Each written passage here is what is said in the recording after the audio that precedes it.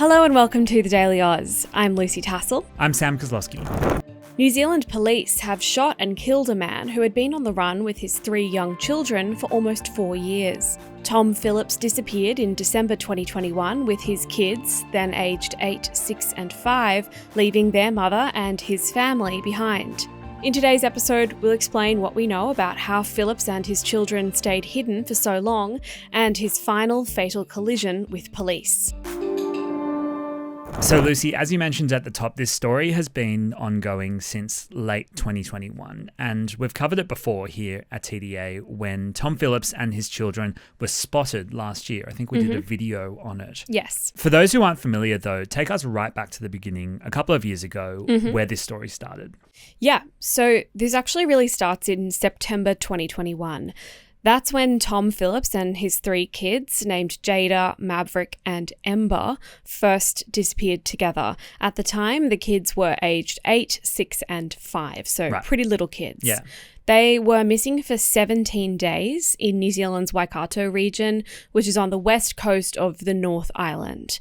Tom's ute was found on a remote beach more than an hour from the nearest petrol station, and it was on the beach, physically on the sand, below the tide line, facing the waves.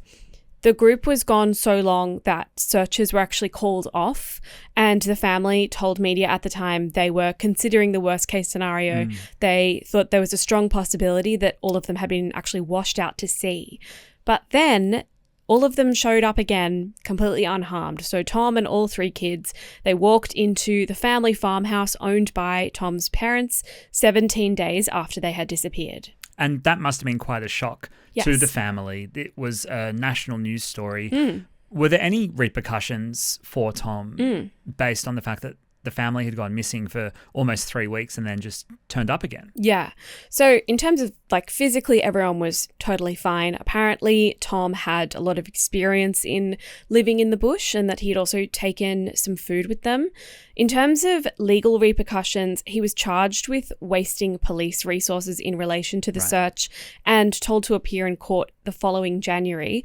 And then it's hard to pin down exactly the timeline of events, partly because some information hasn't been made public to the media, but we know that at some point in the ensuing months, Tom didn't have legal custody of his children anymore. But just to be clear, I have to be vague. There's only so much that we can say, but just that by December 2021, he didn't have legal custody of his children. And then it was that month, December 2021, that he and his kids disappeared for the second time. Right, so he was due to face court on those charges about wasting police resources. Yeah. He didn't show up for the court date, and that was that second disappearance. Yeah.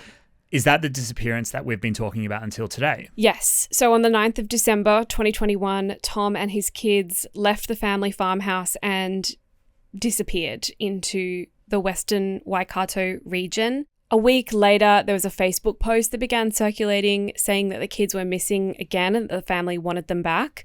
Police at that time, so December 2021, they actually said they weren't concerned because they're now just 2 months out or 3 months out from a previous disappearance where everyone was totally fine, and they now know that this guy has experience living in the bush. And they said at the time that he hadn't broken any court restrictions and that he'd told his family where he was going. But then when he didn't show up to the court appearance, which was scheduled for January 2022, they issue an arrest warrant, and then the family reported the kids and Phillips missing in mid-January 2022. Wow. And they've been basically missing until now. Wow, so that's 3.5 years of being reported missing. Yeah.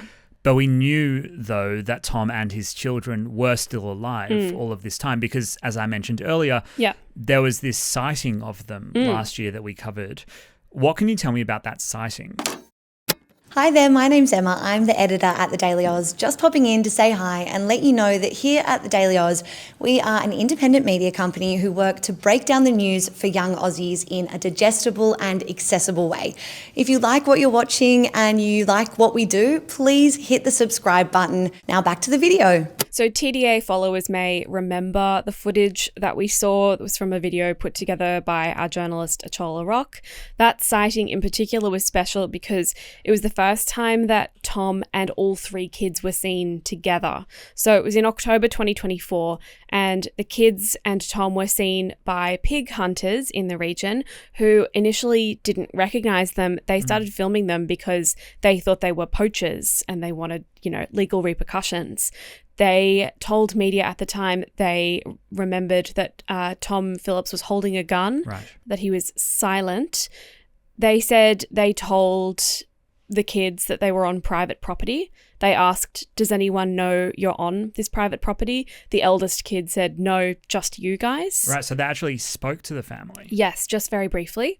The confirmed sighting led to a 3-day search in the area that didn't turn anything up. So I mentioned that sighting was special because that was all of them together for the first time, but that wasn't the only sighting that we have from the last couple of years. Oh, interesting. So there were other sightings in that 3-year period. Yeah.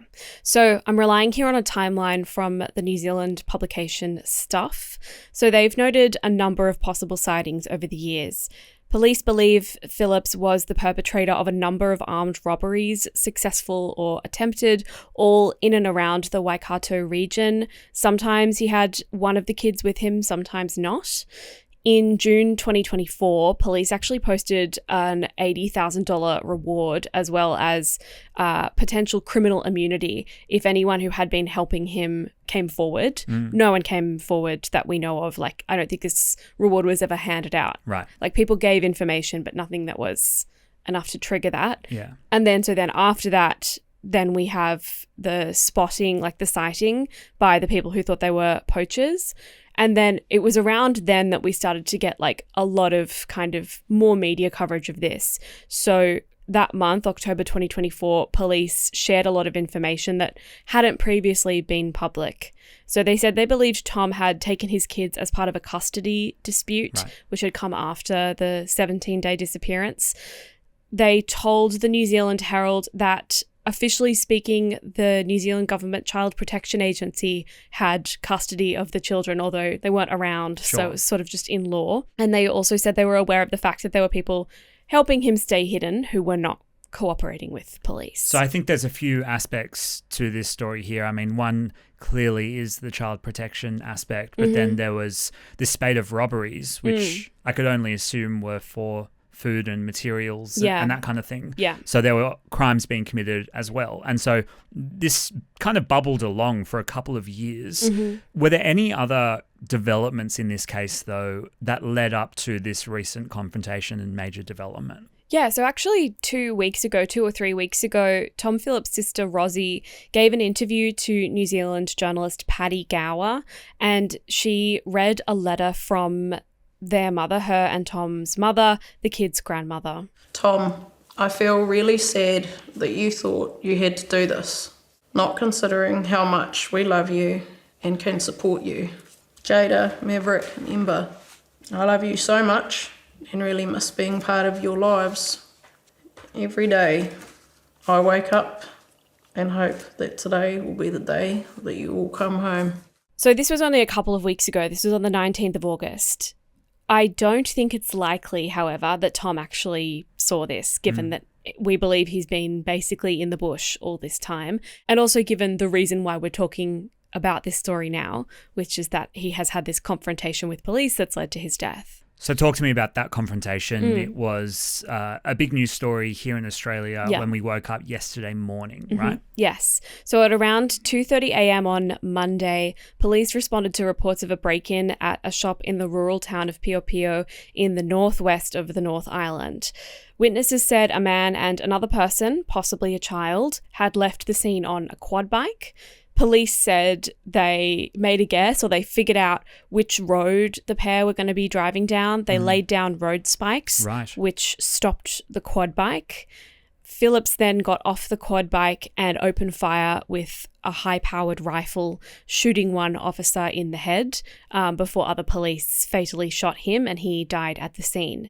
The police officer is in hospital in a critical condition, and the person with Phillips was one of his children who's now been taken into custody. Wow. Okay, so why don't we talk through the response from police? Because I think, as you're pointing out, there's quite limited information that we really know about where he's been for the last 3 years or so, but also even which of his 3 children were with him. So what do we know from police? At a media conference following that confrontation, Acting Deputy Commissioner Jill Rogers said the incident was, quote, the outcome that nobody wanted. The children's mother told local media that while she's saddened by how events unfolded, she is relieved that it's come to an end. And late yesterday afternoon, New Zealand police held a short press conference to announce that they had actually found the other 2 children. Wow. With only about an hour of daylight left for search teams, so it was really right under the wire. Deputy Commissioner Rogers said her team, quote, felt great relief in discovering the kids, as you can imagine. Yeah. Temperatures were set to drop to freezing that night. I mean, I imagine they've experienced that before in the years that they've been in the wild, but still, you want to spare the kids another night. She said the children had been found at a campsite and that they were well and uninjured, but will be getting medical checks. Lucy, I think a lot of people listening would be thinking about some of the parallels with the current situation in Victoria, where Victorian police are still searching for Desi Freeman, who allegedly killed 2 police officers on a rural property a couple of weeks ago. There's interesting parallels, but there's also interesting differences. New Zealand police don't believe Tom Phillips had any kind of ideological motivation for going on the run or for enacting violence that we know of. Although, of course, now he's dead, so we won't necessarily ever know what his true motivations were. We can only speculate. But yes, it certainly shows that you can keep hiding for a long time if you have the means to. So we'll have to wait and see, I guess. Thanks for that, Lucy. A really interesting story from across the ditch. And thank you for joining us on that episode. Very interesting story that's come out of New Zealand, and we'll make sure to keep you up to date if there are any developments throughout the day today. We'll be back in the afternoon with those headlines. Until then, have a wonderful day.